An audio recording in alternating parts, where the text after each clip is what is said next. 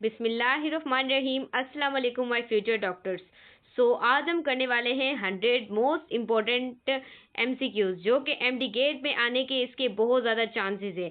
ये जो हमारे पास ये जो MCQs है, ये हमने जितनी भी यूनिवर्सिटीज़ हैं उसकी जो नज़र में आने वाले MCQs है जो कि बहुत ज़्यादा इम्पोर्टेंट है, वो हम करने वाले हैं। हम इसके अंदर MD गेट के लिए, नीट के लिए, नम्स के लिए इम्पोर्टेंट MCQs लाए हैं। इसको अगर आप सॉल्व करेंगे तो आपको MD गेट में टॉप करने से कोई रोक नहीं सकता, क्योंकि वो ये MCQs हैं जो कि यूनिवर्सिटीज़ अपने टेस्ट में देती हैं। बहुत इंपॉर्टेंट है। हमने इसको कलेक्ट किया है हमारी टीम ने और हमने सब ने मिलकर। हम इसमें बायोलॉजिकल मॉलिक्यूल के MCQs करेंगे, एंजाइम के करेंगे, बायो एनर्जेटिक के करेंगे। जितने भी MD गेट के PMDC के अंदर इंक्लूडेड चैप्टर है उनके मोस्ट इंपॉर्टेंट 100 MCQs को सॉल्व करने वाले हैं। तो बहुत इंपॉर्टेंट है फ्रेंड्स, में वीडियो को शेयर कीजिएगा, लाइक सब्सक्राइब और शेयर कीजिएगा। चलें स्टार्ट करते हैं। ये बहुत इंपॉर्टेंट MCQs है, तो चले पढ़ते हैं। विच bond is primary responsible for maintain the secondary structure of protein, यानी कि वो बॉन्ड बताना है जो कि प्राइमरी रिस्पॉन्सिबल होता है सेकेंडरी स्ट्रक्चर जो है प्रोटीन्स की। तो बच्चों, आप लोगों को पता है कि वो आप लोगों के पास हाइड्रोजन बॉन्ड होता है। अगर मैं आप लोगों को बताना चाहूँ, क्योंकि हाइड्रोजन बॉन्ड ही एक ऐसा बॉन्ड होता है जो कि सेकेंडरी जो स्ट्रक्चर होती है अल्फा हेलिक्स, बीटा हेलिक्स, उन सबको स्टेबलाइज करता है। तो याद रखिएगा वो आप लोगों के पास कौन होता है। याद रखिएगा स्टूडेंट्स, बहुत इंपॉर्टेंट है। वो आप लोगों के पास होता है हाइड्रोजन बॉन्ड। तो चले हम यहाँ से इसको सिलेक्ट कर लेते हैं। तो ये हमारे पास इसका राइट ऑप्शन क्या है? Option B, it is called hydrogen bond. I hope आप लोगों को ये क्लियर हो। अब हम आगे चलते हैं सेकेंड MCQs की तरफ। इसमें कहा जा रहा है विच of the following carbohydrates is a reducing sugar. इसमें से वो कार्बोहाइड्रेट बताना है जो क्या है? रेड्यूसिंग शुगर है, वो वाला आपने बताना है। तो वो आप लोगों के पास क्या है? लैक्टोज। ये MCQs आया था MD गेट में। अब आप लोगों को क्या पता वो कब आया हो? तो ये MD गेट 2019 के अंदर ये MCQs आया हुआ है। तो ये MCQs इस साल भी आ सकता है। तो बहुत इंपॉर्टेंट है माय MD गेट स्टूडेंट्स। तो याद रखिएगा, अगर आप मेरी तरह टॉप करना चाहते हैं तो आप लोगों ने ये वाली चीज़ को लाजमी फोकस करना है। आगे हम चलते हैं। तो लैक्टोज क्यों है इसकी मैं एक्सप्लेनेशन भी करती हूँ।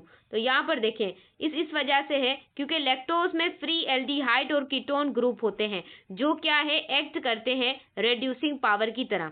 तो ये बच्चों इसकी क्या है? एक्सप्लेनेशन है। तो इसका राइट ऑप्शन अगर हम लगाना चाहें तो इसका राइट ऑप्शन क्या है? आप लोगों के पास बी है। तो आगे स्टूडेंट्स चलते हैं हम यहाँ पर। उसके बाद MCQs नंबर 3 की तरफ अगर हम चलते हैं तो MCQ 3 की तरफ चलें।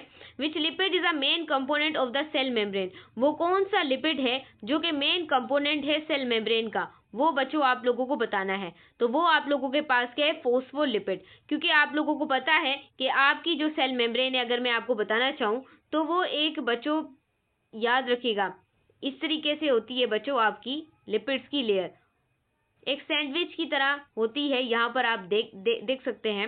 अब बच्चों, इस वजह से हम कहते हैं कि वो जो लिपिड है सेल मेम्ब्रेन के, उसको सिंप्लीफाई हम क्या बोलते हैं? फोस्फोलिपिड कहते हैं। तो इसका राइट ऑप्शन क्या होगा? बी होगा। तो चलें आगे चलते हैं। उसके बाद क्योंकि फोस्फोलिपिड बाइलेयर स्ट्रक्चर होती है सेल मेम्ब्रेन की। अब हमारे पास MCQs नंबर 4 क्वेश्चन है। उसके अंदर कहा जा रहा है कि enzyme increase the rate of reaction, कि जो एंजाइम है वो रेट ऑफ रिएक्शन को इंक्रीज करते हैं। लेकिन कैसे इंक्रीज करते हैं वो आपने बताना है। तो एंजाइम अपने रिएक्शन को तब इंक्रीज करते हैं जब वो अपनी एक्टिवेशन एनर्जी को क्या करते हैं? लो करते हैं। कैसे अपनी एक्टिवेशन एनर्जी को लो करते हैं? अब देखें, याद रखिएगा, अगर मैं आपको नेक्स्ट पेज पर समझाना चाहूँ यहाँ पर, तो याद रखिएगा बच्चों, एक्टिवेशन एनर्जी अगर मैं आपको समझाना चाहूँ तो यहाँ पर थोड़ा सा आपने गौर करना है। एक्टिवेशन एनर्जी अगर मैं यहाँ से इसको रेस करके दोबारा से आपको समझाना चाह रही हूँ। अब यहाँ पर स्टूडेंट्स आपने देखना है, एक्टिवेशन एनर्जी जैसे कि एक माचिस से उससे हम आग को जला सकते हैं, ऐसे ही जो एंजाइम के रिएक्शन को स्पीड अप करती है वो एक्टिवेशन एनर्जी, लेकिन एंजाइम के इसके रिएक्शन को क्या करना पड़ता है? लो करना पड़ता है। अगर हम यहाँ पर एक ग्राफ बनाएं, ऐसे सा ग्राफ, यहाँ पर हम लिखते हैं एंजाइम की एक्टिविटी। क्या है? एंजाइम की एक्टिविटी एक साइड लिखते हैं और एक साइड लिखते हैं कि हम इसमें एंजाइम विथ एंजाइम, अगर किसी भी रिएक्शन में एंजाइम इंक्लूड है तो रिजल्ट क्या होता है। तो बच्चों 37 सेंटीग्रेड पर ही रिएक्शन क्या होता है, फास्ट। जितना हमारा नॉर्मल टेम्परेचर होता है इससे मतलब कि रिएक्शन फास्ट हो जाएगा। अगर मैं यहाँ पर एक ग्राफ बनाऊं और उस ग्राफ में बच्चों में एक साइड रखती हूँ विदाउट एंजाइम, यानी कि मैं एंजाइम नहीं रख रही यहाँ पर, और ये क्या है, एंजाइम की एक तरह की एक्टिविटी, एंजाइम की एक्टिविटी। तो विदाउट एंजाइम वो रिएक्शन बहुत आहिस्ता आहिस्ता इस तरीके से बच्चों स्लो होगा। 120 डिग्री सेंटीग्रेड देखें, ये रिएक्शन फॉर एग्जाम्पल यहाँ पर हो रहा है। तो एंजाइम किसी भी रिएक्शन में होंगे, वो रिएक्शन उतना ही क्या होगा, स्पीड से होगा। तो ये चीज़ आपने क्या करनी है, याद रखनी है। तो चले हम आगे चलते हैं। इसको आई थिंक अब मुझे रिमूव करना चाहिए, तो अपने आगे चलना चाहिए। सो इसका राइट ऑप्शन आप लोगों को पता है क्या है। अगर मैं आपको बताना चाहूँ, उसका राइट ऑप्शन है सी। ये मैंने आपको बता दिया है। उसके बाद हम चलते हैं एमसीक्यू नंबर 5 की तरफ, जहाँ पे कहा जा रहा है कि which vitamin is a fat soluble. कौन सा वाइटामिन है जो कि फेट सोल्यूबल है। अब आपको पता होना चाहिए जो आपका वाइटामिन डी है, vitamin D, vitamin E, vitamin के, ये सारे क्या है, फेट सोल्यूबल है। लेकिन इसके अंदर जो राइट ऑप्शन है वो आप लोगों के पास क्या है, option number C. I hope you understand. उसके बाद हम आगे चलते हैं स्टूडेंट्स। यहाँ पर लिखा हुआ है कि which nitrogenous base is present in RNA but not is DNA. वो कौन सा नाइट्रोजीनियस बेस है जो कि आरएनए के अंदर तो प्रेजेंट होता है लेकिन डीएनए के अंदर प्रेजेंट नहीं होता। तो वो आप लोगों को पता है, वो आप लोगों के पास क्या होता है, यूरेसिल होता है। आगे इसकी एक्सप्लेनेशन भी देख सकते हैं, क्योंकि आरएनए यूरेसिल इंस्टीड होता है यहाँ पर थायमिन की जगह। उसके बाद हम चलते हैं 7वें एमसीक्यूज की तरफ, जहाँ पे कहा जा रहा है कि विच level of protein structure involve a disulphide bond. वो कौन सी प्रोटीन के मतलब कि प्रोटीन की स्ट्रक्चर है जो इन्वॉल्व होती है डाइसल्फाइड बॉन्ड में। तो वो आपने याद रखना है, वो क्या होती है, डाइसल्फाइड बॉन्ड में टर्शरी स्ट्रक्चर होती है। तो ये एमसीक्यूज बार बार रिपीट होता है, तो ये चीज़ आपने याद रखनी है। आगे चलते हैं। उसके बाद है the monomer unit of the nucleic acid. Monomer unit क्या है न्यूक्लिक एसिड का, तो आपने याद रखना है, वो आप लोगों के पास क्या है, न्यूक्लियोटाइड है। आगे अगर हम चलें एमसीक्यू नंबर 9 की तरफ, तो यहाँ पे कहा जा रहा है कि which polysaccharide is used for energy storing in animals. वो कौन सा पॉलीसेक्राइड है जो कि इस्तेमाल होता है एनर्जी को स्टोर करना एनिमल्स में। तो याद रखिएगा, एनिमल्स की जो मसल्स होती हैं उसके अंदर ये चीज़ क्या हो जाती है, स्टोर हो जाती है। जब डेफिशिएंसी होती है तो वहाँ से क्या होती है, बाहर आती है, एनिमल्स की मसल के अंदर स्टोर हो जाती है। तो इसका राइट ऑप्शन आप लोगों के पास क्या होगा, ग्लाइकोजिन। तो ये चीज़ आप बच्चों आपने क्या करनी है, याद रखनी है। उसके बाद एंजाइम इज स्पेसिफिक होते हैं मैन्युअली ड्यू टू किसकी वजह से, एक्टिव साइट स्ट्रक्चर की वजह से। अब आप लोगों को मैंने एंजाइम की वन शॉट पढ़ाई हुई है, आप जहाँ से इतनी अच्छी पढ़ाई हुई है, अगर आप वहाँ से कोई भी एमसीक्यूज आ जाए तो हलवे तरीके से आप क्या कर लेंगे, उसे सॉल्व कर लेंगे। तो ये चीज़ मेरे बच्चे आपने क्या करनी, याद रखनी है। मैं आपको समझा भी देती हूँ। अब देखिए, ये एक एंजाइम है। अब एंजाइम की ये जो ऊपर वाली साइड होती है, इसकी क्या होती है, एक्टिव साइड होती है। देखें, ये इसकी क्या होती है, अगर मैं आपको बताना चाहूँ, ये एंजाइम की फॉर एग्जाम्पल क्या है, इसकी एक्टिव साइड है। This is the active side. अब ये जिसकी नीचे वाली साइड होगी ना, ये वाली, तो ये बच्चों एंजाइम की याद रखिएगा, ये वाली जो साइड है वो इसकी क्या है, एलोस्टेरिक साइड है। This is called the allosteric side. Active side के ऊपर आकर आपके सबस्ट्रेट क्या होते हैं, आके अटैच होते हैं। तो ये सारा पढ़ा हुआ है, तो इसकी क्या है, एक्टिव साइड स्ट्रक्चर। अब हम चलते हैं नेक्स्ट एमसीक्यू। सो अब हम कर रहे हैं एंजाइम से स्टार्ट कर रहे हैं, क्योंकि हमने जो 10 एमसीक्यूज किए हैं वो ज़्यादातर रिलेटेड थे, जो कि मोस्ट इंपॉर्टेंट डाउ यूनिवर्सिटी में आए हुए हैं एमडी गेट के पास पेपर से, और जो आने के चांसेस हैं। हमारी टीम ने मिलकर काम किया है आप लोगों के लिए। तो अगर आप यहाँ पर इस वीडियो के ऊपर 1K लाइक को कंप्लीट कर देंगे तो कंप्लीट बच्चों आप लोगों के जितने भी चैप्टर्स हैं उनके 1 बाय 1 भी 100 एमसीक्यूज सॉल्व किए जाएंगे और उनमें से ही एमसीक्यूज बनेंगे। और अगर आप चाहेंगे तो हम क्लासेस वाइज भी आपको समझाएंगे, चैप्टर की एक्सप्लेनेशन वैसे तो मौजूद है, लेकिन एक एमडी गेट की बैच की तरह सारे लेक्चर, और आपको 2 महीनों में पूरी बायोलॉजी, फिजिक्स और केमिस्ट्री कंप्लीट करवा दी जाएगी। तो जितने ज़्यादा आप डन लिखेंगे, लाइक करेंगे, शेयर करेंगे, हमारे ग्रुप में ऐड होंगे, टीच दुआ जो कि हमारा चैनल है वहाँ पर, तो आपको इम्पोर्टेंट हर चीज़ मिलती जाएगी। और एमडी गेट में आपको टॉप करने से कोई, और फ्री है, कोई पैसे वैसे नहीं है, आप लोगों से कोई पैसे नहीं लेने, सही है ना। अगर आप चाहेंगे, डन लिखेंगे, तब हम आप लोगों के लिए पूरी बैच स्टार्ट कर देंगे, बायोलॉजिकल मॉक सब एक्सप्लेनेशन के साथ साथ मॉक टेस्ट भी आपको टीच दुआ पर सॉल्व करवाएंगे, अगर आप रेडी हो तो। आगे चलते हैं। Identify the correct use for enzyme term in a sentence.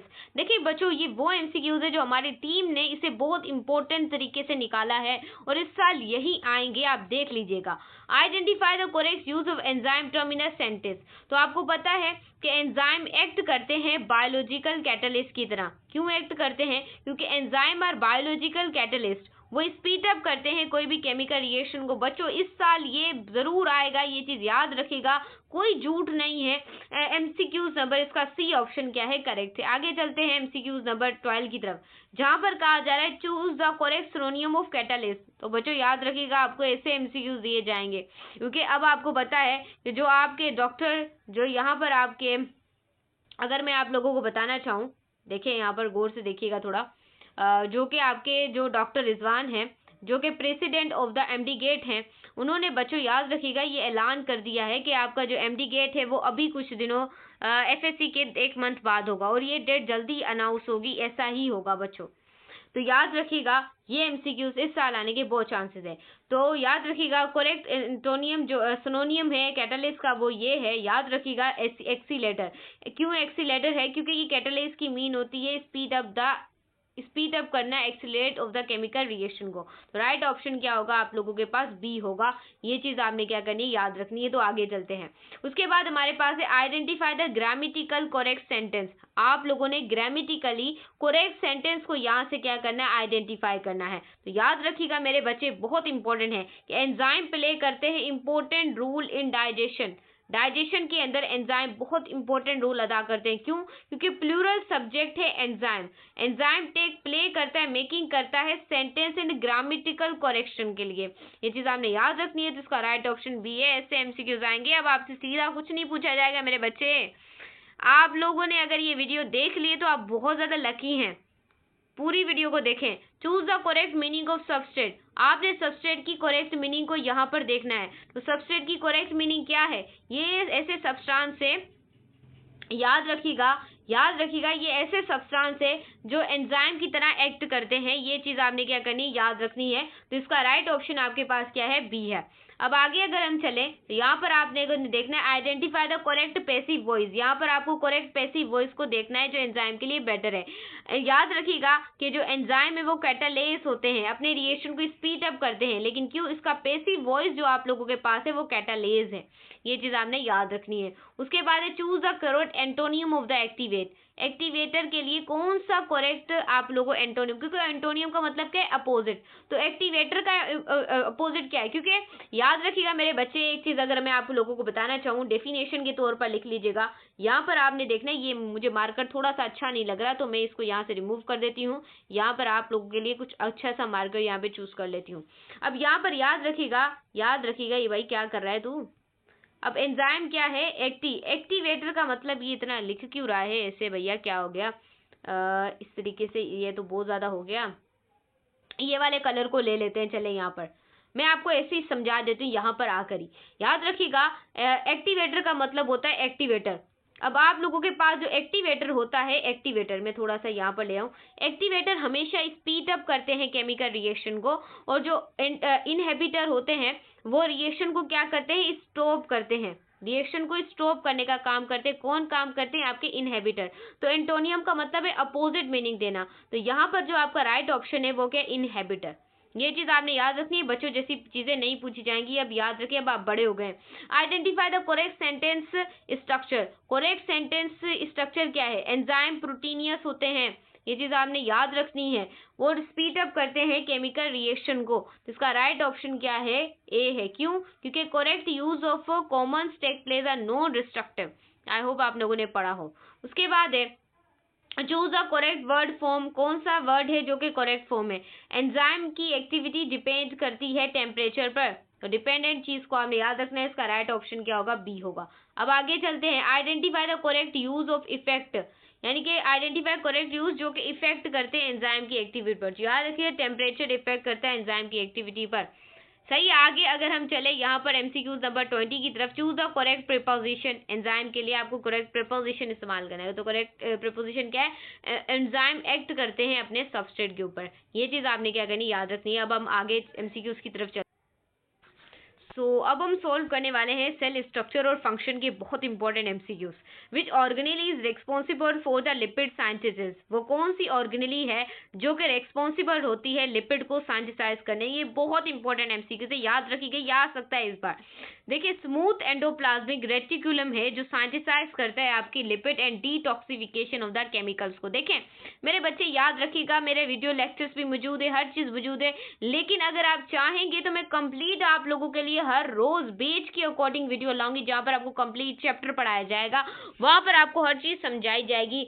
अब यहाँ पर देखिए स्टूडेंट, एंडोप्लाज्मिक, अगर मैं यहाँ पर चलूं तो याद रखिएगा, जो आप लोगों के पास एंडोप्लाज्मिक रेटिकुलम है उसके दो टाइप्स होते हैं। एक आपके पास होता है स्मूथ एंडोप्लाज्मिक रेटिकुलम और एक आप लोगों के पास होता है यहाँ पर रफ एंडोप्लाज्मिक क्या होता है, रेटिकुलम होता है। ये चीज आपने याद रखनी है। अब जो स्मूथ एंडोप्लाज्मिक रेटिकुलम है और रफ एंडोप्लाज्मिक रेटिकुलम है, इसके अलग अलग काम है, तो हम यहाँ पर देखते हैं। तो बच्चों, जो लिपिड को सिंथेसाइज करता है वो आपका स्मूथ एंडोप्लाज्मिक रेटिकुलम होता है। ये चीज आपने ध्यान में रखनी है, इसको कभी मत भूलिएगा, ये मैं आपको बता रही हूँ। तो ये आप लोगों के पास के smooth endoplasmic reticulum, smooth endoplasmic, क्योंकि याद रखिएगा, अगर मैं आप लोगों को बताना चाहूँ तो जो आप लोगों के पास जो आपको स्मूथ एंडोप्लाज्मिक रेटिकुलम होता है वो लिपिड को सिंथेसाइज करता है, लिपिड को, लेकिन जो आपका रफ एंडोप्लाज्मिक रेटिकुलम होता है वो प्रोटीन्स को क्या करता है, सिंथेसाइज करता है। तो ये चीज याद रखिएगा, ये बहुत ज्यादा इंपॉर्टेंट है। और आप याद रखिएगा, अगर मैं आपको रिमूव करके दोबारा से अगर बताना चाहूँ, जो आपका रफ, अगर मैं यहाँ पर लिखूँ रफ एंडोप्लाज्मिक रेटिकुलम, देखें सही तरीके से आपको समझ आ रहा होगा। रफ एंडोप्लाज्मिक रेटिकुलम एक तरह का नेटवर्क होता है, याद रखिएगा, किसका नेटवर्क होता है, टिब्यूल्स का। ये चीज आपने क्या करनी, याद रखनी है, बहुत इंपॉर्टेंट चीज है, ये मैंने आपको सब बताई हुई है अपनी वीडियो के अंदर। अगर मैं यहाँ पर चलूँ तो इसका राइट ऑप्शन क्या होगा, बी होगा, सही। अब अगर हम आगे चलें, यहाँ पर लिखा हुआ है what is the main function of the lysosome, lysosome का सबसे बड़ा काम कौन सा है। तो बच्चों, आप लोगों को पता है, अगर मैं आपको आप लोगों को समझाना चाहूँ अच्छे तरीके से, अब आप लोगों को पता है, मैं अगर यहाँ पर आप लोगों को बताना चाहूँ, देखें, अब जो आपका लाइसोसोम है इसे हम कहते हैं सुसाइडल बेग ऑफ सेल भी कहते हैं। क्या बोलते हैं, सुसाइडल बेग ऑफ सेल भी कहते हैं, सुसाइडल बेग ऑफ सेल। क्योंकि अगर हमारी जो बॉडी है, फॉर एग्जांपल ये हमारी बॉडी है, अगर हमारी बॉडी के अंदर कोई माइटोकॉन्ड्रिया क्या हो गया, डैमेज हो गया है, डैमेज हो गया है, खराब हो गया है, तो वो डैमेज और खराब होने से वो ऑर्गेनेली क्या हो गई है, खत्म हो गई है। तो अगर वो हमारी बॉडी के अंदर रहेगी तो वो ऑर्गेनेली हमें क्या करेगी, हमें इफेक्ट देगी, इफेक्ट, नुकसान पहुंचाएगी। तो हमारे लाइसोसोम क्या करेंगे, उस ऑर्गेनेली के साइड में इस तरीके से आ जाएंगे और अपने क्या एंजाइम को छोड़ेंगे उस ऑर्गेनेली के, फिर आहिस्ता आहिस्ता जो आप लोगों के पास वो क्या करेंगे, उसको डैमेज कर देंगे, आहिस्ता आहिस्ता उसे डैमेज कर देंगे और इसको खा जाएंगे, इसको क्या, इसकी सुसाइड कर देंगे। क्योंकि अगर ये हमारी बॉडी के अंदर ज्यादा देर तक रही तो ये हमारी बॉडी को नुकसान पहुंचाएगी। तो सुसाइडल बेग का ये काम होता है, ये चीज आपने याद रखनी। अब चलते हैं अपने एमसीक्यूज की तरफ, आई होप आपको इतना अंडरस्टैंड हो गया। तो आगे चलते हैं। अगर मैं यहाँ पर आ जाऊं तो यहाँ पर मेन है कि जो लाइसोसोम है वो कंटेन करता है डाइजेस्टिव एंजाइम को, क्या करता है, वहां पर मौजूद होते हैं, जो कि डाइजेस्ट सेलुलर वेस्टेज, डिब्रीज, इन सब में हेल्प देते हैं। तो लाइसोसोम का मेन फंक्शन क्या है, आप लोगों को पहले मैंने लाइसोसोम बता दिया, इसका कि वेस्ट की क्या है ना, डाइजेशन करना। जैसे कि बॉडी के अंदर माइटोकॉन्ड्रिया का होना अगर वो खराब हो गया, या किसी और ऑर्गेनेली का होना जो कि खराब हो गई है, सो ये उसे क्या कर देगा, डाइजेस्ट कर लेगा। तो आगे अगर हम चलें, which structure control the entry and exit of substance, वो कौन सी स्ट्रक्चर है जो कंट्रोल करती है एंट्री और एग्जिट ऑफ द सब्सटेंस। अब बच्चों, आप लोगों की होती है सेल वॉल। अगर मैं आप लोगों के पास अगर सेल वॉल की बात करूं तो वो आपके पास क्या होती है, सेमी परमिएबल होती है। लेकिन यहाँ पर बात की जा रही है cell membrane, cell membrane selective permeable, यानी कि सेल वॉल सबको अंदर आने देती है, लेकिन जो सेल मेम्ब्रेन होती है वो सिलेक्टिव चीजों को ही अंदर आने देती है। तो यहाँ पर कंट्रोल करती entry of exit of substance को, तो वो आप लोगों के पास याद रखिएगा वो क्या होती है, वो आपके पास क्या होती है, सेल मेम्ब्रेन होती है। ये चीज आपने याद रखनी है, ये बहुत इंपॉर्टेंट चीज है जो मैं आपको बता रही हूँ। ये एमसीक्यूज हमारी टीम ने बहुत मेहनत से निकाले हैं आप लोगों के लिए हैं, तो लाइक, सब्सक्राइब और शेयर तो लाजमी बनता है। उसके बाद which organelle consist of genetic material. अब बार बार ये एमसीक्यूज एमडीगेट में आता है कि कौन सी ऑर्गेनेली है जो कि जेनेटिक मटेरियल को कंटेन करती है, वो आपके पास क्या होता है, आपका न्यूक्लियस होता है। तो अगर हम आगे चलते हैं, आप लोगों को और चीजें अगर हम बताते हैं, यहाँ पर देखिएगा, what is the main function of vacuole in a plant cell. Plant cell के अंदर जो वैक्यूल है उसका मेन फंक्शन क्या है, याद रखिएगा, वैक्यूल का मेन फंक्शन है स्टोरेज करना। क्या करना है, स्टोरेज करना है, स्टोर करना वाटर को, न्यूट्रिएंट्स को और वेस्टेज को। राइट ऑप्शन बच्चों आप लोगों के पास क्या होगा, बी होगा।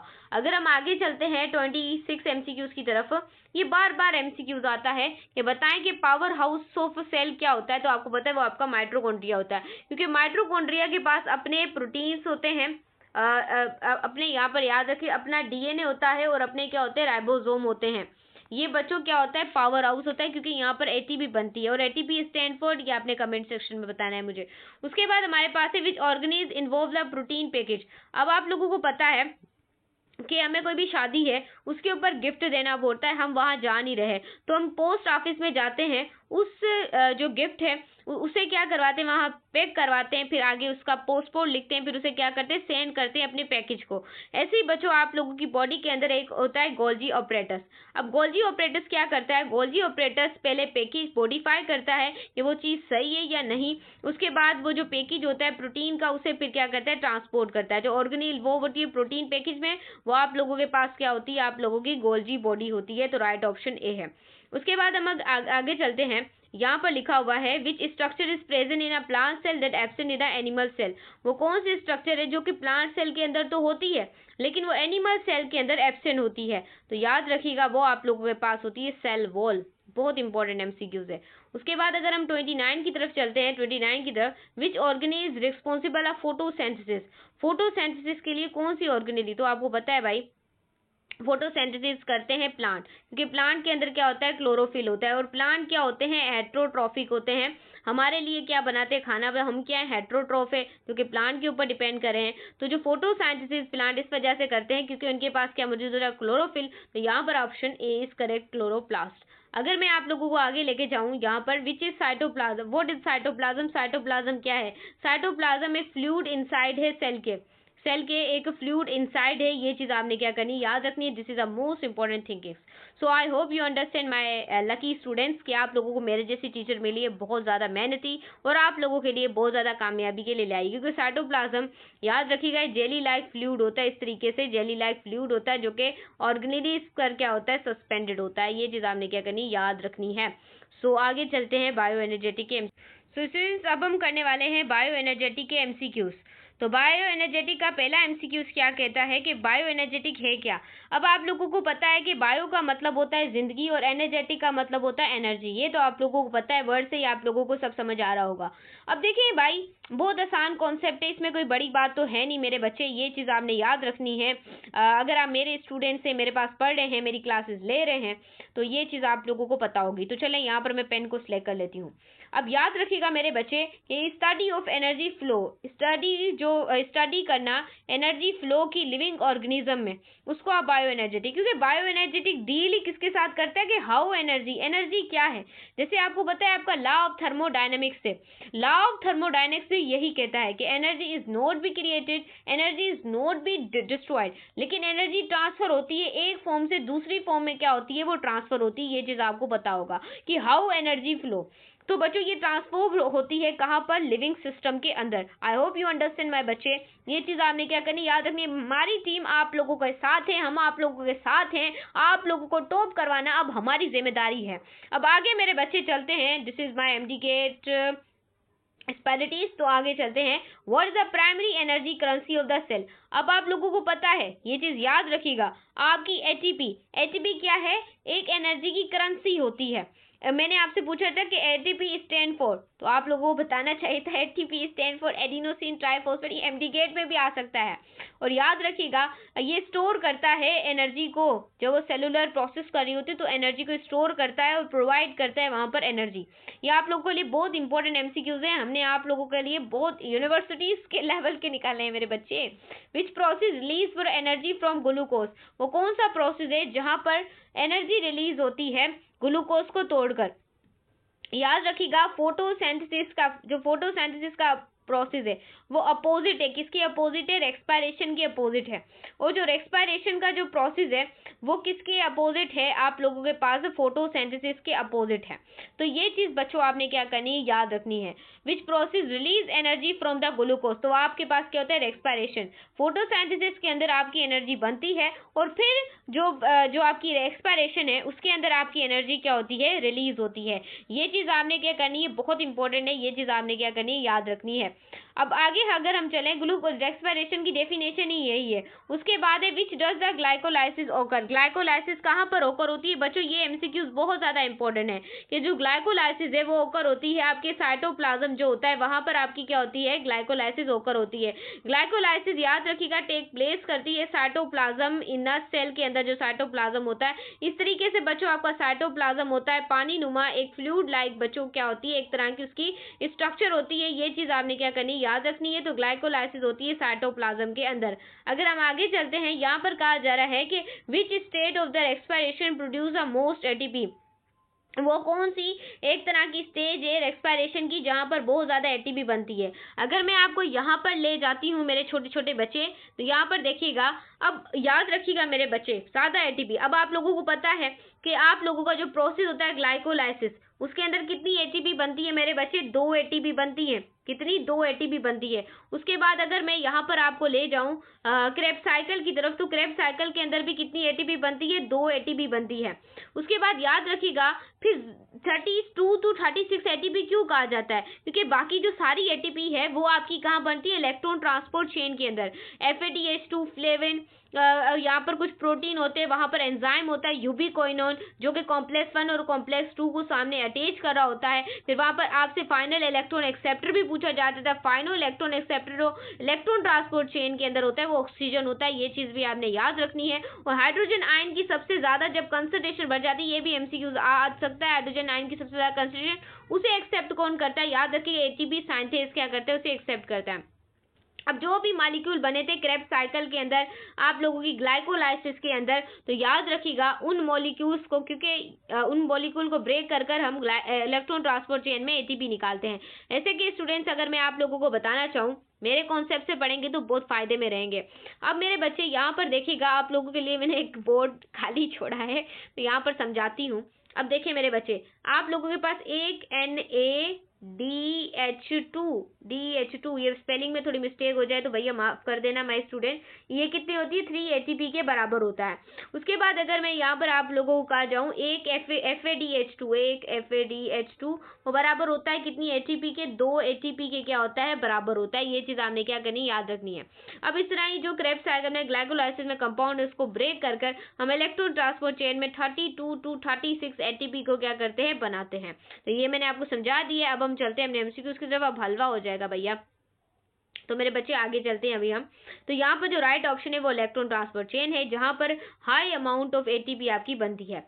उसके बाद है यहाँ पर what is the end product of the anaerobic respiration. अब बच्चों आप जब इंटेंस एक्सरसाइज कर रहे होते हैं तो इंटेंस एक्सरसाइज करने से आपकी बॉडी के अंदर सही तरीके से ऑक्सीजन नहीं जाती, तो फिर आपकी बॉडी को तो रेस्पिरेशन करनी होती है। तो आपकी बॉडी जो है वो रेस्पिरेशन करने के लिए, याद रखिएगा, रेस्पिरेशन करने के लिए वो एनारोबिक रेस्पिरेशन फिर करती है जहां पर वो क्योंकि वो आपकी मसल्स के अंदर, आप मसल्स के अंदर क्या करते हैं? इंटेंस एक्सरसाइज करते हैं तो ऑक्सीजन से, तो फिर आपकी बॉडी एनारोबिक रेस्पिरेशन, उसका जो एंड प्रोडक्ट होता है वो आपके पास क्या होता है? लैक्टिक एसिड होता है।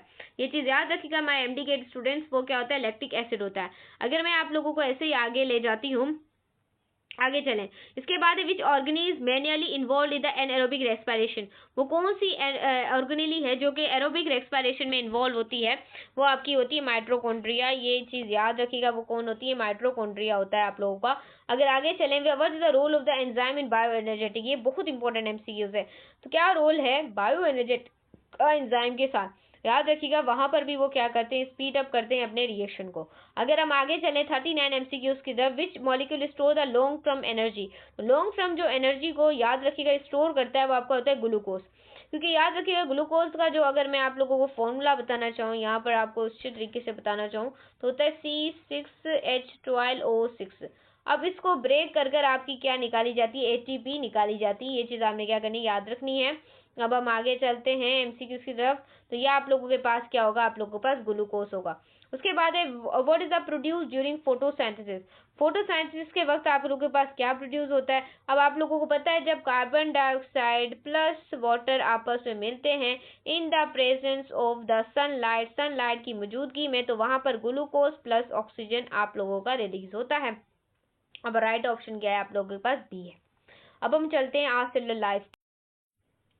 सो स्टूडेंट्स, अब हम सॉल्व करने वाले हैं आज सेलुलर लाइफ के बहुत इंपॉर्टेंट एमसीक्यूज जो कि हमारी टीम ने आप लोगों के लिए निकाले हैं। उसके बाद है व्हाट इज मीन बाय आज सेलुलर लाइफ। आज सेलुलर लाइफ का मतलब क्या होता है बच्चों, एक ऐसी लाइफ होती है जो फॉर्म होती है विदाउट सेलुलर स्ट्रक्चर्स, यानी कि वहां पर कोई सेलुलर स्ट्रक्चर मौजूद नहीं होती, वो वाली लाइफ को आप कहते हैं आज सेलुलर लाइफ। ये चीज आपको पता होनी चाहिए क्योंकि आज सेलुलर लाइफ रेफर करती है आप लोगों की जो एंटिटीज होती हैं, लाइक आप लोगों के पास क्या होता है आपका वायरस होता है, एंड डेट ले का सेलुलर स्ट्रक्चर, वहां पर कोई भी सेलुलर स्ट्रक्चर नहीं होती। तो यहाँ पर राइट ऑप्शन है बी, लाइफ फॉर्म होती है विदाउट एनी सेलुलर स्ट्रक्चर, उसे आप कहते हैं आ सेलुलर लाइफ। जैसे कि आपके पास क्या हो गया, वायरस हो गया। तो राइट ऑप्शन क्या है आप लोगों के पास, B is the correct. Now अगर मेरे बच्चे ऐसे ही हम आगे चले एमसीक्यूज नंबर 42 की तरफ, यहाँ पे कहा जा रहा है what which of the following is an example of acellular life. इसमें से आपने एग्जांपल बतानी है आर सेलुलर लाइफ की। तो यहाँ पर जो आर सेलुलर लाइफ की एग्जांपल है वो आपके पास क्या है आपका वायरस, क्योंकि वायरस कंसिडर ही करता है किसके साथ कंसिडर करता है आर सेलुलर लाइफ के साथ, because they have not any cellular organization, क्योंकि इसके पास कोई सेलुलर ऑर्गेनाइजेशन नहीं होती। उसके बाद अगर हम आगे चलते हैं एमसीक्यूज नंबर 43 की तरफ, यहाँ पे कहा जा रहा है what is mean by the component of a virus, कि क्या मेन कंपोनेंट है वायरस का। तो मेन कंपोनेंट जो होता है, आप पता है बच्चों, अगर मैं आपको बताना चाहूँ तो ये वायरस कुछ इस तरीके से होता है, अगर मैं आपको बताना चाहूँ आइसोहाइड्रल की तरह, और ये इस तरीके से, इसके इस तरीके से ऐसे क्या होते हैं, पाँव होते हैं वायरस के।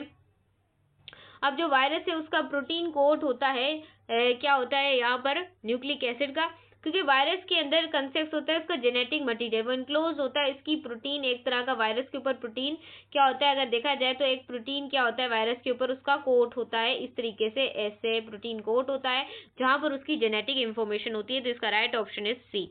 अगर हम आगे चलते हैं मेरे बच्चे, यहाँ पर कहा जा रहा है कि जो वायरस है वो कैन रिप्रोड्यूस ओनली इनसाइड, जो वायरस है वो कहाँ से अपने आप को बढ़ा सकते हैं, अपनी जनरेशन को। जैसे कि इंसानों के पास क्या होता है, अपनी जनरेशन को बढ़ाने के लिए वो शादी करते हैं, यानी कि जो इंसान है वो अपनी जनरेशन को बढ़ाने के लिए क्या करते हैं, शादी करते हैं।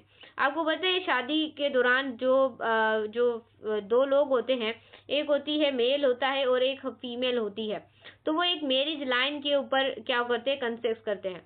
अब इनके पास इनके डीएनए का जेनेटिक मटेरियल होता है और इसके बाद भी जेनेटिक मटेरियल, लोगों को अपनी जनरेशन बढ़ाने के लिए शादी करनी पड़ती है। फिर जब वो आपस में मिलते हैं, आदमी का स्पर्म और जो मदर है जो कि गर्ल है उसका ओवम जब आपस में मिलता है, दोनों फर्टिलाइज होते हैं, तो फर्टिलाइज होने के साथ साथ वहां पर एक जायगोट एम्ब्रियो बनता है, फिर वहां पर क्या होता है, बच्चा आप लोगों के पास क्या होता है, पैदा होता है। ये चीज आपने याद रखनी है। और मेल का स्पर्म ऐसे ही नहीं बन जाता, मेल के स्पर्म के लिए पहले प्राइमरी स्पर्मेटोगोनिया बनता है, फिर सेकेंडरी स्पर्मेटोगोनिया बनता है इस मेल में, उसके बाद इसके बाद जाकर क्या बनता है, स्पर्म बनता है, फिर 4 स्पर्म जाते हैं, 4 स्पर्म में चारों स्पर्म काम के होते हैं, लेकिन जो ऊ साइड के अंदर जो आपकी फीमेल है उसका एक ही सिर्फ ओवम क्या होता है, एक तरह का एक काम, बाकी 4 उसकी क्या बनती है, फीमेल के अंदर पोलर बॉडीज बनती है, वो काम की 3 नहीं होती, एक क्या होती है, काम की होती है, जो कि आपकी क्या होती है, ओव्यूल होती है। आई होप यू अंडरस्टैंड। अगर हम यहाँ पर एमसीक्यूज की तरफ आए कि एमसीक्यूज क्या था, ये वायरस अपने आप को कहाँ पर रिप्रोड्यूस करता है, तो वायरस रिक्वायर करता है होस्ट सेल से, वो क्या होता है, रेप्लिकेट होता रहता है, तो यहाँ पर होस्ट सेल आप लोगों ने टिक करना है। उसके बाद है which type of the nucleic acid can virus contain, वो टाइप का जो न्यूक्लिक एसिड है जो कि वायरस कंटेन करता है, वो वायरस जो कंटेन करता है, क्योंकि बच्चों जो आप लोगों के पास वायरस होता है ना, अगर मैं आप लोगों को बताना चाहूँ तो वायरस क्या होता है, नॉन लिविंग भी होता है आपका वायरस, और आपका जो वायरस है वो लिविंग भी होता है, नॉन लिविंग भी होता है, लिविंग भी होता है, इन दोनों लाइंस के अंदर होता है। क्योंकि वायरस के बाद अगर हम इसकी लिविंग होने का कैरेक्टर देखें तो इसके बाद अपना डीएनए होता है जहाँ पर इसकी जेनेटिक इंफॉर्मेशन होती है, और उसके पास उसका आरएनए होता है, ये चीज़ आपने, लेकिन वो एक्सक्रिएट नहीं कर सकते, फिर इस वजह से वो नॉन लिविंग कैरेक्टर में आते हैं। तो इस वजह से हमें से ये लिविंग और नॉन लिविंग की मिडल लाइन के ऊपर आता है। अभी तक तो यही कहा जाता है, क्योंकि वायरस के बाद डीएनए आरएनए होता है, डिपेंड करता है उसकी टाइप के ऊपर। इसका राइट ऑप्शन आप लोगों के पास क्या होता है, राइट ऑप्शन इज सी पर आपने क्लिक करना है। उसके बाद अगर हम यहाँ पर चले, what is the outer covering of the virus. Virus की आउटर कवरिंग क्या होती है, याद रखिएगा, वायरस की आउटर कवरिंग को आप बोलते हैं कैप्सिड। ये आता है एमसीक्यूज आपके टेस्ट के अंदर। तो अगर हम आगे चलना चाहें 47 एमसीक्यूज की तरफ, यहाँ पे कहा जा रहा है which statement is correct about the viruses के अकॉर्डिंग क्या स्टेटमेंट सही है। तो याद रखिएगा, जो आपके वायरस होते हैं वो ऑब्लिगेट होते हैं, इंट्रासेलुलर पैरासाइट। अब आप लोगों को पैरासाइट से क्या मुराद है, आई होप आप लोगों को पता हो। अब पैरासाइट क्या करते हैं कि याद रखिएगा, पैरासाइट जो है, मैं अगर आपको बताना चाहूँ तो वो अपना फायदा करते हैं, हमारा नुकसान। जैसे कि मच्छर हमारी बॉडी के ऊपर बैठ जाता है, हमें काट के, हमारा खून पी के, और बाद में हमें फोड़ा सा भी निकल जाता है, हमें नुकसान भी देकर जाता है। अपना प्लाज्मोडियम जो है वो हमारी बॉडी के अंदर छोड़ जाता है। फिर प्लाज्मोडियम की वजह से हमारी बॉडी को क्या लगती है, मलेरिया की बीमारी लगती है, और वो उसमें हमारी बहुत बुरी हालत होती है, आपको पता ही होगा। आगे चलते हैं मेरे बच्चे। Which is correct about the viruses. तो आपके पास क्या है, C option is correct. Virus क्या है, ऑब्लिगेट पैरासाइट है। मैं यहाँ पर पेंसिल को कर दूँ। चले, अब क्या है 48 MCQs. What is the bacteriophage. Bacteriophage क्या होता है, याद रखिएगा, जो कि वायरस इन्फेक्ट करे बैक्टीरिया को। मतलब कि बैक्टीरिया, यहाँ पर बैक्टीरिया है, यहाँ पर बैक्टीरिया है। अब वायरस आकर क्या करेंगे, इस तरीके से बैक्टीरिया के ऊपर, ये बच्चों यहाँ पर थोड़े से ना मार्कर काम नहीं करे सही तरीके से, यहाँ पर ऐसे बैठ जाते हैं, और बैठ जाने के बाद बैक्टीरिया आहिस्ता आहिस्ता वो अपने एंजाइम फेंकते हैं, और बैक्टीरिया को इसी तरीके से स्टेप्स में क्या करते रहते हैं, डैमेज करते रहते हैं। जब बच्चों आपका बैक्टीरिया डैमेज हो जाता है तो ऐसी स्टेज को आप क्या बोलते हैं, बैक्टीरियोफेज बोलते हैं। तो आगे हम चलते हैं। Virus are the considered the non living outside the host because. Virus क्या होते हैं, कंसिडर किए जाते हैं कि ये non living outside a host because, क्योंकि वायरस के not carry a live process reproduce outside the host. यानी कि वायरस कैरी नहीं करते लाइव प्रोसेस और रिप्रोड्यूस करते हैं आउटसाइड द होस्ट। तो याद रखिएगा, इसका राइट ऑप्शन इंडिपेंडेंटली नहीं कर सकते, तो बी ऑप्शन इज करेक्ट। उसके बाद 50 एमसीक्यूज है। Which structure help in a virus attach to a host cell. वो कौन सी स्ट्रक्चर है जो कि वायरस को मदद देती है ताकि वो होस्ट सेल के ऊपर आके अटैच हो सके। तो याद रखिएगा, वो आपके पास, उसके पास, वायरस के पास क्या होते हैं, इसके टेल फाइबर्स होते हैं। उसकी मदद से, जो टेल फाइबर्स की मदद से जो वायरस को हेल्प करते हैं, वो होस्ट के ऊपर क्या होते हैं, जैसे बैक्टीरिया उसका क्या है, होस्ट है। फॉर एग्जाम्पल बैक्टीरिया उसका होस्ट है, तो वायरस यहाँ पर आकर उसके साथ इस तरीके से अटैच हो जाके, अटैच होने के साथ साथ अटैच क्या होता है बैक्टीरिया के, जो अगर मैं यहाँ पर बनाना चाहूँ, बैक्टीरिया के पास इस तरीके से उसके टेल फाइबर्स होते हैं, उनकी मदद से वो आकर अटैच होता है अपने होस्ट के साथ। तो चलें बच्चों, आगे चलते हैं हमारे नेक्स्ट एमसीक्यू की। सो स्टूडेंट्स, अब हम आ चुके हैं डाइवर्सिटी अमंग जो एनिमल है आप लोगों के एमडी गेट के अंदर, जो इंक्लूडेड है पीएमडीसी के सिलेबस के अंदर। तो यहाँ पर देखिएगा, which level of organization is found in sponges. वो कौन सा लेवल ऑफ ऑर्गेनाइजेशन है जहाँ पर क्या होते हैं, स्पॉन्जीज होते हैं, सुराख होते हैं। तो याद रखिएगा, वो होते हैं आपके पास सेलुलर लेवल के ऊपर, क्योंकि जो आपका सेलुलर लेवल होता है वहाँ पर आपके क्या होते हैं, विदाउट टिश्यूज होते हैं। तो वो आपके पास क्या होता है, सेलुलर लेवल होता है इस तरीके का। आगे अगर मेरे बच्चे चले तो आपके विच phylum is include the animals in the radial symmetry. अब आप लोगों के पास रेडियल साइमेट्री भी होती है, बायलेटरल साइमेट्री भी होती है, दो साइमेट्रीज होती हैं। अब जो रेडियल साइमेट्री होती है वो याद रखिए, वो अपने नाइडेरियन के पास होती है। जो नाइडेरियन, आपने फाइलम्स पढ़े, फाइलम प्लेटी हेलमेट्स पढ़ा होगा, फाइलम कॉर्डेटा पढ़ा होगा, तो ये सारे आपने फाइलम्स पढ़े होंगे। 7 फाइलम्स होते हैं। फाइलम प्रोफेरा होता है, फिर फाइलम नाइडेरिया उसके बाद होता है, फिर होता है एस्केलमेंट्स होता है, फिर उसके बाद बच्चों आप लोगों के पास कॉर्डेटा होता है, अर्थ्रोपोड्स होता है, मलूस्का होते हैं। 7 आपके पास फाइलम होता है। अब जो उसकी रेडियल सिमेट्री जो आप लोगों ने बतानी है वो किसकी होती है, वो याद रखिएगा, वो नाइडेरियन की होती है। जैसे कि एग्जांपल उसकी जेली फिश हो गई, जिस जेली फिश की क्या होती है, रेडियल सिमेट्री होती है। अगर आगे चलें, विच ग्रुप ऑफ एनिमल्स है द सेगमेंट बॉडी। वो कौन सा ग्रुप है एनिमल्स का जिसकी बॉडी के ऊपर क्या होते हैं, सेगमेंट। इस तरीके से बच्चों सेगमेंट होते हैं, ऐसे ऐसे ऐसे सेगमेंट्स होते हैं, तो वो आपके पास क्या होते हैं, अर्थवॉर्म्स की तरह होते हैं। जैसे कि आपके पास क्या हो गए, आपके एनिलिड्स हो गए। अब एनिलिड्स के अर्थवॉर्म में जो कि जिनकी बॉडी क्या होती है, सेगमेंटेड होती है। अगर हम इस तरीके से आगे चलें, which phylum is characteristic by the jointed appendix, यानी कि जो जॉइंटिक अपेंडेंस होती है वो आप किसके पास होती है, जॉइंटिक अपेंडेंस, तो याद रखिएगा वो आपके अर्थ्रोपोड्स से, जिनकी जॉइंटेड पे लिम्स होती हैं और एक्सोस्केलेटन होता है। उसके बाद आप लोगों के पास है which animals have a water vascular system, कौन सा एनिमल है जिसके पास है वाटर वेस्कुलर सिस्टम, तो याद रखिएगा मेरे बच्चे, छोटे छोटे बच्चे, वो आपके पास इकाइनोडर्मिस होते हैं। जैसे लाइक ए स्टारफिश जो पॉज करती है वाटर को, क्योंकि उसके पास क्या होता है, उसका एक वेस्कुलर सिस्टम होता है। इसमें जो राइट ऑप्शन है वो है इकाइनोडर्मेटा। अगर हम आगे चलें, विच of the following is a vertebrate, इसमें से कौन सा वर्टिब्रेट है, तो वर्टिब्रेट आपके पास क्या है, यहाँ पर देखा है काकरोच। अब ये जो आपके पास सॉरी वर्टिब्रेट है वो आपके पास क्या होगा, फ्रॉग होगा, क्योंकि फ्रॉग बिलोंग करता है क्वाड्रेट्स में। तो इसके बाद वर्टिब्रेट भी होते हैं और बाकी चीजें भी प्रेजेंट होती हैं। अगर हम बच्चों आगे चलें, आगे कहा जा रहा है what is the main characteristic of quadrates, quadrates की मेन कैरेक्टरिस्टिक क्या है, तो क्वाड्रेट्स की जो मेन जो कैरेक्टरिस्टिक है वो क्वाड्रेट पोज करते हैं नोटोकॉर्ड को, सेम स्टेज होती है। इस वजह से इसका राइट ऑप्शन होगा बी, इसका राइट ऑप्शन क्या होगा, बी है, नोटोकॉर्ड की वजह से। अब उसके बाद है आपका which group is a bilateral symmetry, bilateral जो सिमेट्री होती है, ग्रेडियल सिमेट्री होती है, एक बायलेटरल सिमेट्री होती है। ये चीज याद रखिएगा, बहुत इंपॉर्टेंट चीजें जो आपको पता होनी चाहिए मेरे बच्चे। तो ये आप लोगों के पास क्या होते हैं, प्लेटी हेलमेंट्स होते हैं, क्या होते हैं, प्लेटी हेलमेंट्स होते हैं, क्योंकि प्लेटी एक्सिबिट करते हैं बायलेटरल सिमेट्री। अगर हम आगे चलते हैं, which animal belong to a mollusca, वो कौन सा एनिमल है जो कि मलूस्का से बिलोंग करता है, याद रखिएगा वो आपके पास क्या होता है, स्नेल, क्योंकि स्नेल्स और मलूस्का दोनों की बॉडी क्या होती है, सॉफ्ट होती है और वो क्लासीफाई करता है, इस वजह से हम मलूस्का की तरह उसे कहते हैं। उसके बाद है 60, which feature is distinguish the mammals, वो कौन सा फीचर है जो कि मैमल्स की से हमें मतलब के जो कि डिस्टिंग्विश करता है, वो आपके पास हेयर्स और मेमोलरी ग्लैंड।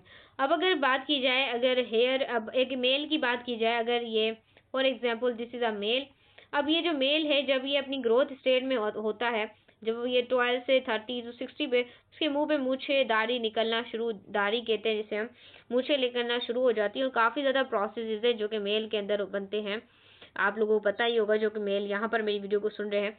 और ऐसे ही बच्चों आप होती है फीमेल, फीमेल की जो होती है ब्रेस्ट लेवल उनका इंक्रीज होने लग जाता है, ब्रेस्ट बढ़ने लग जाते हैं और उनकी जो मंथली साइकिल है फीमेल के अंदर वो भी स्टार्ट हो जाती है। और फीमेल की भी जो जगह होती हैं वहाँ पर ऐसे ही जो मेल होती है उनकी जितनी भी प्राइवेट पार्ट्स होते हैं वहाँ पर भी क्या आने लग जाते हैं, हेयर्स आना शुरू हो जाते हैं।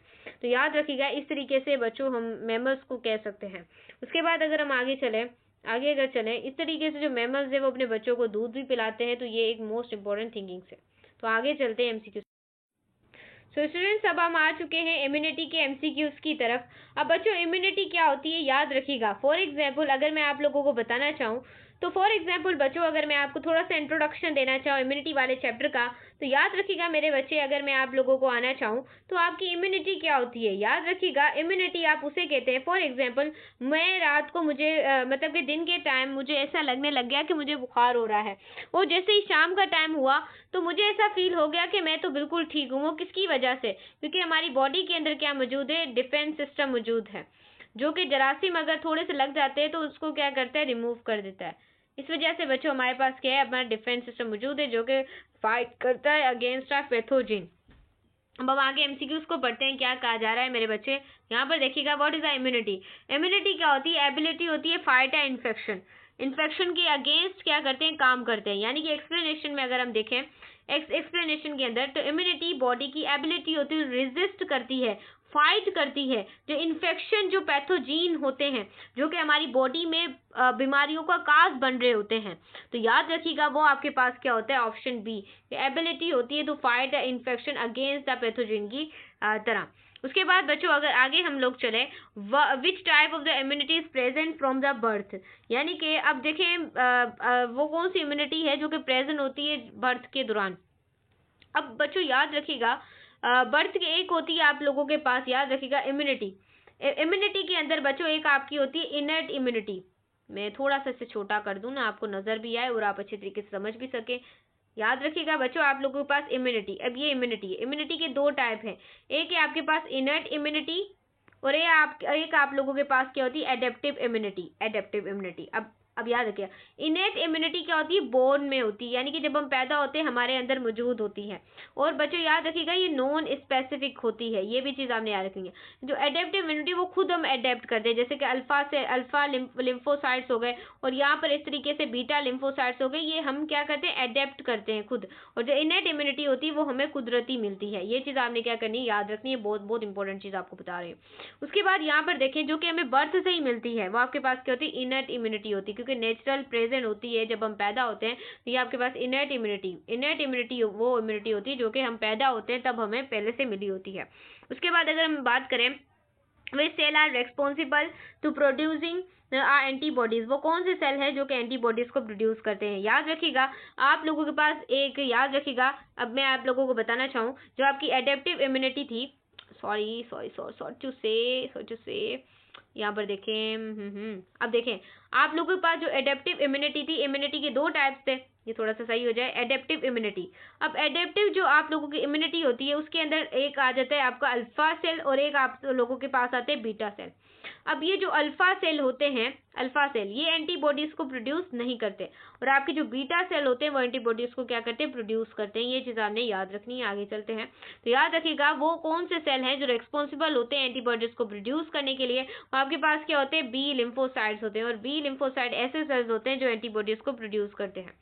अगर हम आगे चलें, what is the function of the antibodies, antibodies का फंक्शन क्या होता है। याद रखिएगा एंटीबॉडीज का फंक्शन होता है, ये न्यूट्रलाइज करते हैं किसको, पैथोजीन को। ये चीज़ आपने याद रखनी है। आगे चले, which organ involve the immune response, वो कौन सा ऑर्गन है जो कि इम्यून रेस्पॉन्स के लिए होता है। अब याद रखिएगा जो टी सेल है, टी सेल, वो याद रखिएगा उसकी जो मैच्योरेशन होती है वो आपकी होती है थाइमस के अंदर। और जो अगर मैं यहाँ पर आपको बात करूँ आपके बी सेल की, तो बी सेल आपके ब्लड के अंदर ही मेच्योर हो जाते हैं, लेकिन जो आप लोगों के पास टी सेल है वो थाइमस में ब्लड से जाते हैं, थाइमस में, और थाइमस से दोबारा जब ब्लड में आते हैं फिर मेच्योर होते हैं। लेकिन आपके जो बी सेल वो सीधा ब्लड के अंदर ही क्या हो जाते हैं, मेच्योर हो जाते हैं, जो कि एडेप्टिव इम्यूनिटी की टाइप है। याद रखिएगा जो मेच्योर करते हैं, मेच्योर करता है जो कि थाइमस में, वो आपके पास क्या होते हैं, आपके टी सेल होते हैं। इसका राइट ऑप्शन आपके पास क्या होगा, सी होगा, थाइमस हो जाएगा।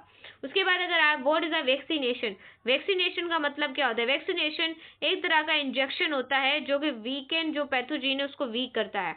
या इसकी एक्सप्लेनेशन में हम क्या लिखेंगे, वैक्सीन क्या होती है, एक तरह का इंट्रोड्यूस करवाते हैं वीकेंड डेड करना पैथोजीन को, मतलब कि जो ताकतवर हैं जरासीम उसको क्या करना, वीक करना। अगर हम आगे चले मेरे बच्चे, यहाँ पर कहा जाता है विच इम्यूनिटी गेन्ड आफ्टर इन्फेक्शन, जो कि इन्फेक्शन के आफ्टर हमें गेन होती है, यानी कि बाद में हम लेते हैं, ये हम अडेप्ट कर रहे हैं। अडेप्टिव इम्यूनिटी है जो कि हमारे पास पहले से मौजूद है, वो हमारे पास क्या है, नेचुरल इम्यूनिटी है, जो कि हमें लेनी पड़ती है। वो आप लोगों के पास क्या होती है, एक्वायर्ड इम्यूनिटी होती है। तो राइट ऑप्शन आप लोगों के पास क्या होगा, आप लोगों के पास आपका C option is correct now. उसके बाद मेरे बच्चे अगर हम आगे चलें, which cell kill the infected cell, वो कौन से सेल है जो कि इन्फेक्टेड सेल को किल करते हैं। याद रखिएगा इन्फेक्टेड सेल को जो बेकार सेल होते हैं, अब फॉर एग्जांपल हमारे पास हमारी बॉडी के अंदर इम्यूनिटी के अंदर 3 डिफेंस मौजूद होते हैं। कितने डिफेंस मौजूद होते हैं, 3 डिफेंस मौजूद होते हैं। एक फर्स्ट लाइन ऑफ डिफेंस मौजूद होता है, एक सेकेंड लाइन ऑफ डिफेंस मौजूद होता है, एक थर्ड लाइन ऑफ डिफेंस क्या होता है, मौजूद होता है। ये 3 डिफेंस होते हैं। अब फर्स्ट लाइन ऑफ डिफेंस में आपकी आ जाती है स्किन। फॉर एग्जाम्पल आपकी स्किन किसी एक्सीडेंट की वजह से क्या होगा, ये फट गई है, तो फट जाने की वजह से अब हमें जरासीम मार तो नहीं देंगे ना, हमारे अल्लाह ताला ने हमारी बॉडी के अंदर कोई और सिस्टम भी बनाया होगा, तो वो second line of defence, second line of defence के अंदर हमारे साइटोटॉक्सिक सेल आएंगे। उसके बाद हमारे पास आएंगे न्यूट्रोफिल्स आएंगे, माइक्रोफेजेस आएंगे, उसके बाद आप लोगों के पास आएंगे मैक्रोफेजेस, मोनोसाइट्स आएंगे। सारे सेल आपस में मिलकर उनका जो एक पस सा स्ट्रक्चर बन जाता है, क्योंकि अगर हमारी बॉडी के अंदर कोई भी बीमारी आती है तो वाइट ब्लड क्या हमारी बॉडी के अंदर इंफॉर्मेशन, वाइट ब्लड जमा होकर एक साइड हमारी बॉडी नहीं सूज जाती होती, जमा होकर उस बीमारी को क्या करते हैं, खत्म करने की कोशिश करते हैं। सही, जब सेकेंड लाइन ऑफ डिफेंस के अंदर ये सेल फिर काम करेंगे अगर फर्स्ट लाइन ऑफ डिफेंस में फट जाएगा। अगर सेकेंड लाइन ऑफ डिफेंस खराब हो जाता है फिर थर्ड लाइन ऑफ डिफेंस के अंदर तो उनका ऐसा चकनाचूर होगा, अल्फा और बीटा सेल उन्हें खत्म कर देंगे। अब अगर आगे चलें, आपको मैंने बहुत एक्सप्लेनेशन कर दी है। विच सेल इन्फेक्टेड आर सेल, बच्चे देखिए जो इन्फेक्ट करते हैं मतलब कि सेल किल करते हैं और इन्फेक्टेड सेल होते हैं वो आपके क्या होते हैं, टी सेल होते हैं। ये चीज़ आपने याद रखनी है। अगर आगे चलें 69 की तरफ, what is an antigen? Antigen क्या होती है? याद रखिएगा, जो जो आपके पास एंटीजन होती है वो याद रखिएगा, जो आपके फॉरेन सब्सटेंस होते हैं उसे ट्रैकिंग करती है, इम्यून सिस्टम के अंदर ट्रैकिंग करती है। उसके बाद अगर हम 17 की तरफ चलें, which type of immunity involve the antibodies for mother.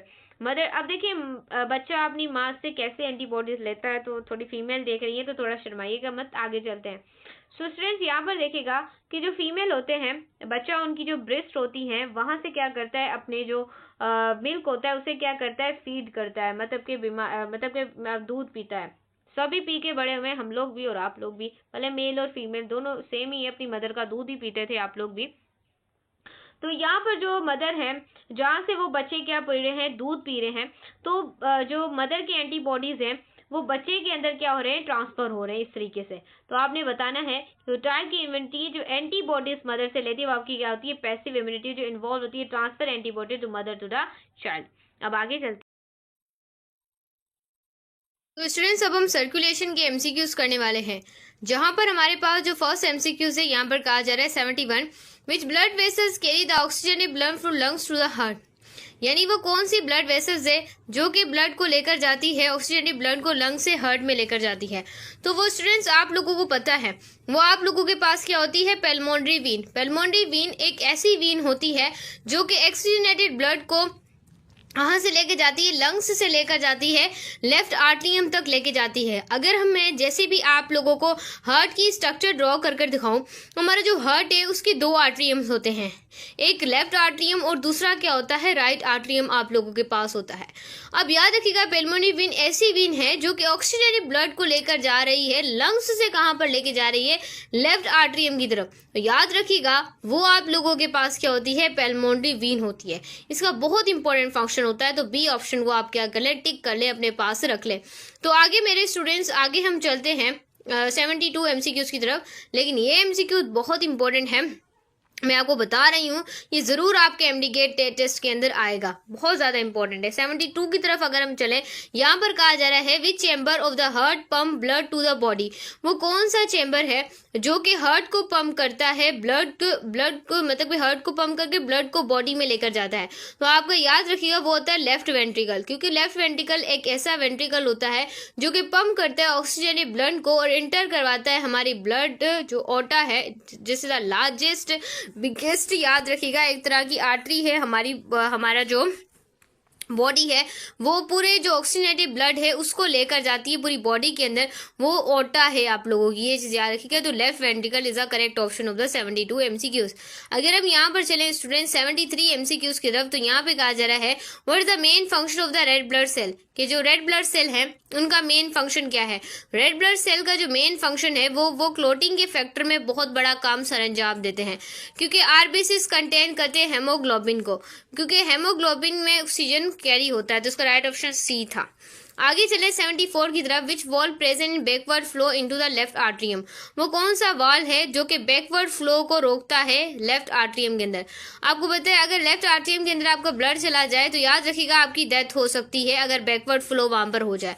तो याद रखिएगा एक आपके पास ट्राइकस्पिड वॉल होती है और एक बाइकस्पिड वॉल होती है, और जो आपकी लेटरल वॉल होती है उसे आप बाइकस्पिड वॉल भी कहते हैं।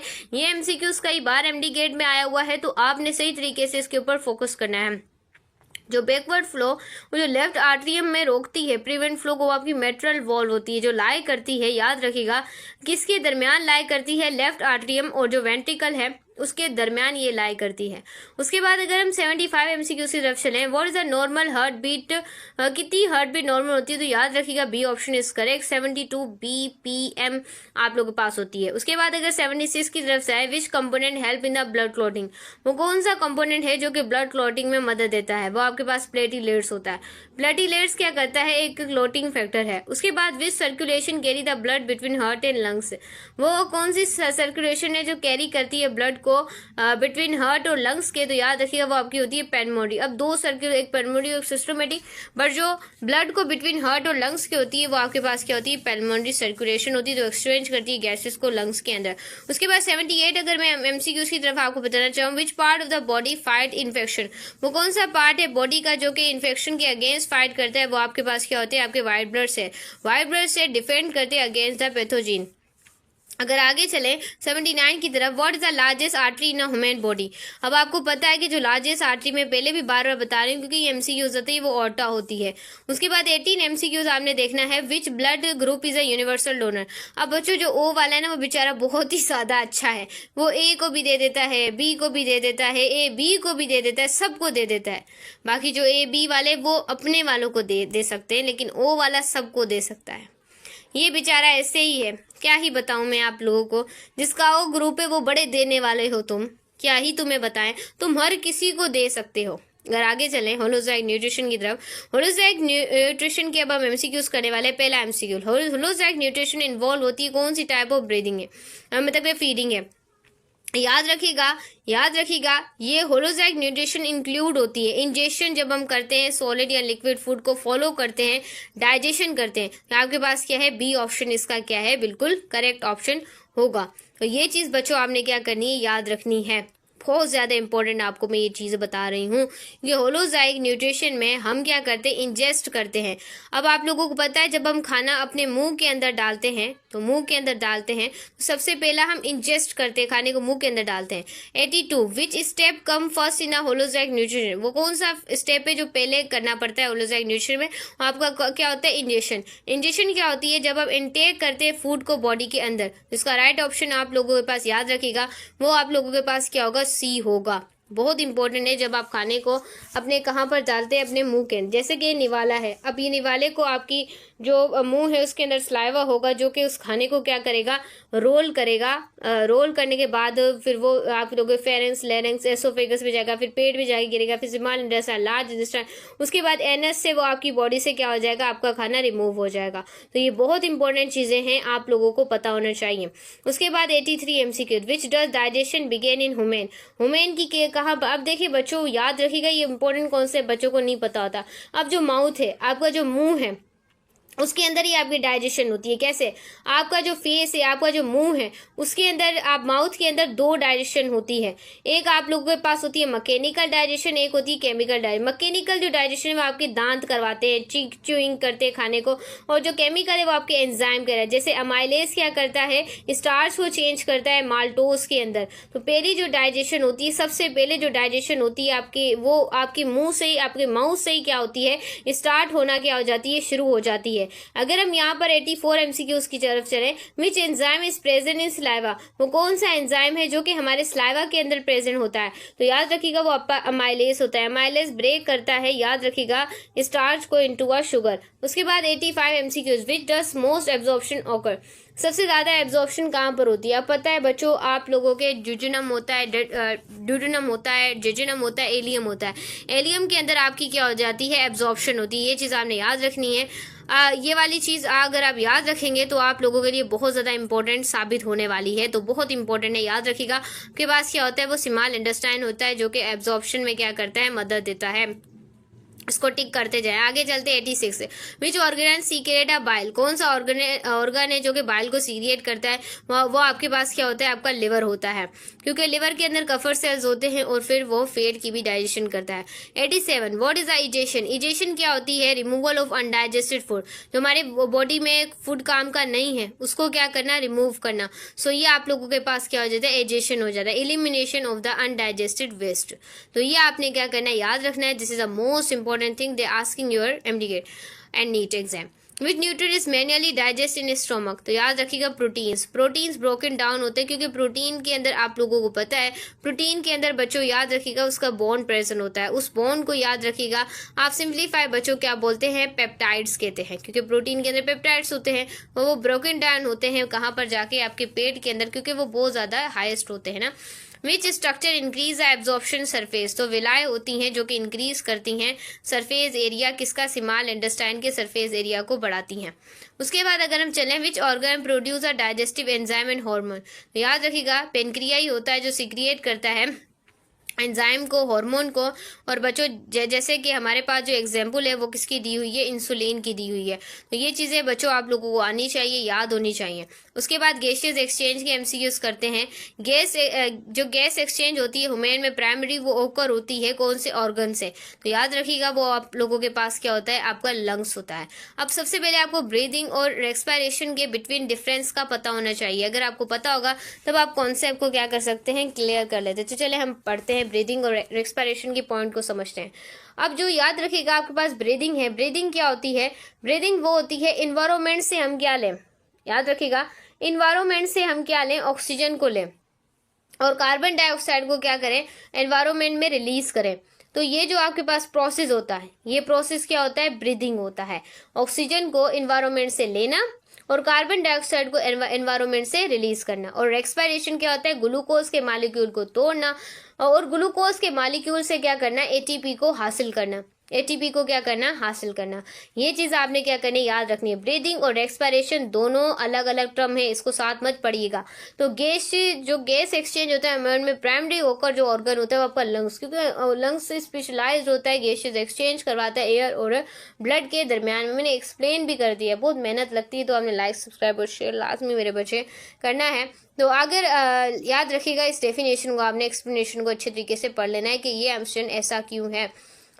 विच structure in lungs is responsible to the gaseous exchange, वो कौन सी स्ट्रक्चर है जो कि गैसियस एक्सचेंज इन ह्यूमन में मदद देती है, वो एल्वियोलाई थैलियां होती हैं जो आपके लंग्स के अंदर बच्चों क्या होती हैं, मौजूद होती हैं। ये बहुत इंपॉर्टेंट होती हैं गैसियस एक्सचेंज के अंदर, इसका बहुत बड़ा क्या होता है, एक तरह का रोल होता है, क्योंकि एल्वियोलाई होती हैं जो कि आप लोगों को लार्ज सरफेस एरिया देती हैं ताकि वो डिफ्यूजन कर सके। तो इसी ऑप्शन इज करेक्ट। उसके बाद है 93 ऑक्सीजन ट्रांसपोर्ट करता है ब्लड में। तो बच्चों वो हेमोग्लोबिन प्रेजेंट जो होता है ना ऑक्सीजन में, वो फिर आगे क्या करता है, ट्रांसपोर्ट करता है। तो ऑक्सीजन को ट्रांसपोर्टेड करता है बेनियली हेमोग्लोबिन। 94 की तरफ चले, तो which organ is remove from the body during acceleration, याद रखिएगा वो आपके पास क्या होता है, कार्बन डाइऑक्साइड होती है, क्योंकि ऑक्सीजन को हम इन्वायरमेंट से इनहेल कर रहे होते हैं और कार्बन डाइऑक्साइड को हम क्या करते हैं, एक्सेलरेशन में कार्बन डाइऑक्साइड को बॉडी से रिलीज कर देते हैं, रिमूव करते हैं बॉडी से, कि वो हमारे काम की नहीं होती। 95 डिफ्यूजन ऑफ द गैसेज ओकर होती है प्रेशर ग्रेडियंट की वजह से, क्योंकि गैसेज यहाँ पर मूव करती है हाई टू लो, जो आप लोगों का पार्शियल प्रेशर होता है वहाँ पर बच्चों क्या करती है, मूव करती हैं। तो ये कॉन्सेप्ट आप लोगों को क्या होना चाहिए, अच्छे तरीके से आना चाहिए। उसके बाद मेरे बच्चे हम आगे चलेंगे 96 की तरफ। यहाँ पे कहा जा रहा है which muscles help in the breathing, diaphragm contract होता है, इंटरकोस्टल मसल रिलैक्स होती हैं। जब डायफ्राम रिलैक्स होता है तो इंटरकोस्टल कॉन्ट्रैक्ट होती हैं। तो ये आपके पास क्या होता है, डायफ्राम। ये आई होप ये कॉन्सेप्ट आपने पढ़ा हो। What is the main function of the nasal cavity, अब बच्चों आप लोगों के जो नाक है उसके अंदर बाल होते हैं जो कि इन्फेक्शन अगर पार्टिकल आ गए हैं तो उनको क्या करेंगे, मारेंगे। फिर अगर कोई चीज़ बच गई है फिर वो आगे जाके बच्चों क्या होगी, मतलब कि होगी, आपके टेम्परेचर को भी आपके नाक के बाल मेंटेन रखते हैं। इनहेलेशन होकर होती है डायफ्राम में, जब डायफ्राम कॉन्ट्रैक्ट होती है क्योंकि उसका थोरेसिक वॉल्यूम इंक्रीज हो जाता है। ये चीज़ आपने याद रखनी है। 99 which gas bind the haemoglobin more strongly than oxygen, वो आपके पास कार्बन डाइऑक्साइड होती है क्योंकि कार्बन डाइऑक्साइड की ज़्यादा एफिनिटी होती है। एक्सटर्नल एक्सपिरेशन रेफर करती है गैस एक्सचेंज जो होता है लंग्स के अंदर, उससे क्या करती है, क्योंकि एक्सचेंज जो gases between the lungs and blood. Like subscribe और शेयर लाजमी कीजिएगा। हम लोगों के लिए, आप लोगों के लिए बहुत मेहनत की है, शेयर कीजिएगा। और मेरे ग्रुप चैनल जो 30 दुआ है उसको लाजमी आप लोगों ने क्या होना है, ऐड होना है। वहाँ पर आपको इंपॉर्टेंट PDF भी फ्री में